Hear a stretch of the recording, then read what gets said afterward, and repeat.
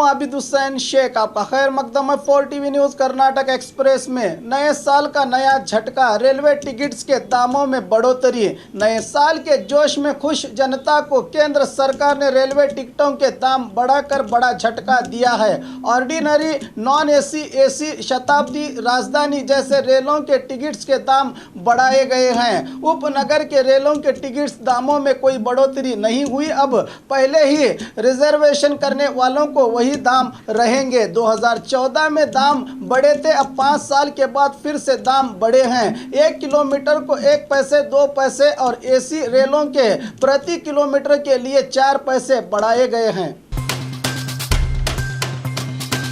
नया साल मनाने गए युवक की संदिग्ध हालत में मौत। नए साल के पार्टी के लिए दोस्त नागेश के साथ गए हासन जिला सकलेशपुर तालुका के होसगड्डे ग्राम में घटी है। जमनहल्ली ग्राम के अरुण कुमार नामक युवक की संदिग्ध हालत में मौत हुई है। दोस्त नागेश का मोबाइल स्विच ऑफ आ रहा है। ग्राम के तालाब में युवक की लाश मिली है। सकलेशपुर पुलिस थाने में हुआ है मामला दर्ज। कर्नाटका ओपन यूनिवर्सिटी में करोड़ों का भ्रष्टाचार, रिटायर्ड चांसलर पर शिकायत दर्ज। नकली डिग्रियां प्रदान करने, नकली मार्क्स कार्ड देने, बिना यूजीसी के अनुमति के कोर्स शुरू करने, यूनिवर्सिटी की इमारत के बांधकाम वगैरह में भ्रष्टाचार करने के आरोप में नए साल की शुरुआत में ही कर्नाटका ओपन यूनिवर्सिटी के रिटायर्ड प्रोफेसर रंगप्पा सहित 3 लोगों पर जयलक्ष्मी पुरम पुलिस थाने में एफआईआर दर्ज हुआ है। पहले भी एक केस दर्ज हुआ था जिसकी अभी सुनवाई नहीं शुरू हुई। अब दूसरे एफआईआर के कारण हो सकता है कि पुलिस इनको हिरासत में ले ले।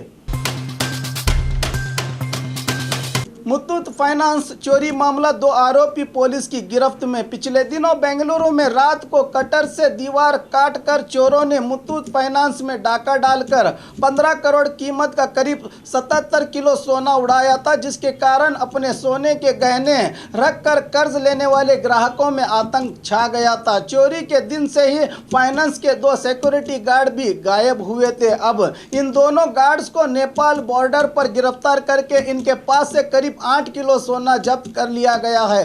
कहा जा रहा है कि कुल 12 आरोपियों ने मिलकर फाइनेंस को लूटा था। अब इन 2 आरोपियों की गिरफ्तारी से दूसरे आरोपियों की मिलने की संभावना बढ़ गई है, जिससे ग्राहकों में आशा की किरण जागी है। दूसरे आरोपियों की दहली में होने की शंका जताई जा रही है।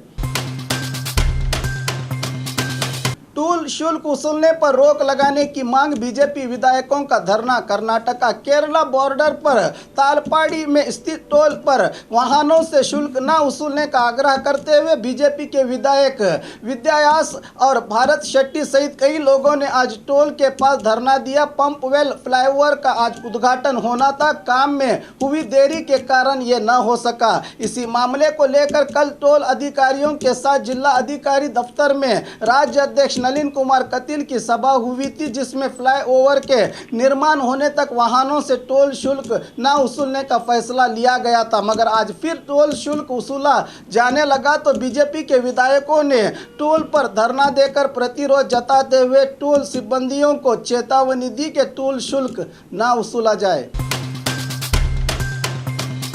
प्रेमी को जहर पिलाया और खुद भी आत्महत्या की कोशिश की।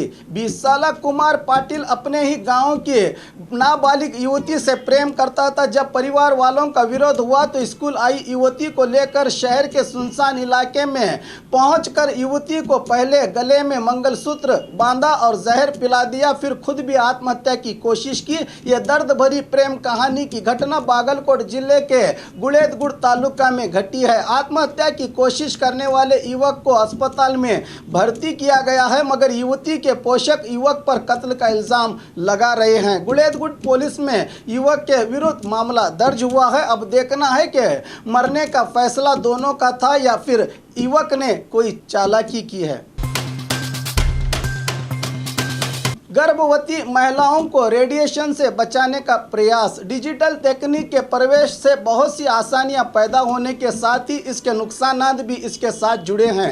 मोबाइल टावर और दूसरी चीज़ों से रेडिएशन निकलते हैं जो इंसान पर खतरनाक प्रभाव छोड़ता है। इन मोबाइल से निकलने वाले रेडिएशन से गर्भवती महिला और पेट में पल रहे बच्चों पर खासा असर पड़ता है। इस रेडिएशन के कारण करीब 3.2 महिलाओं का गर्भपात हो जाता है और बच्चों को कई तरह की बीमारियां घेर लेती हैं। कुछ मामलों में बच्चे अपाहिज भी पैदा होते हैं। इस रेडिएशन को रोककर इसका असर कम करने के लिए स्टेनलेस स्टील की सहायता से बेंगलुरु मूल की स्टार्टअप कंपनी ने गर्भवती महिला और बच्चे की रक्षा के लिए एक खास तरह की पोशाक तैयार की है जो रेडिएशन को रोकता है। इसकी जानकारी दी कंपनी के मुख्यस्थ विनय जगताप ने।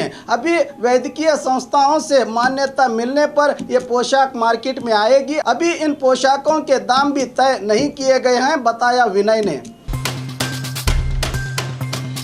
स्कूल कॉलेजेस में सावित्रीबाई फुले जयंती मनाने का सरकार का आदेश। भारत की पहली महिला टीचर सावित्रीबाई फुले के जन्मदिन के अवसर पर जनवरी 3 को सभी सरकारी और प्राइवेट स्कूल कॉलेजेस में सावित्रीबाई फुले की जयंती मनाने का सरकार ने आदेश दिया है। इस मौके पर सावित्रीबाई फुले की जीवनी और साधनाओं के बारे में बच्चों को जानकारी देकर शिक्षा के प्रति बच्चों में रुचि बढ़ाने के निर्देश दिए गए हैं।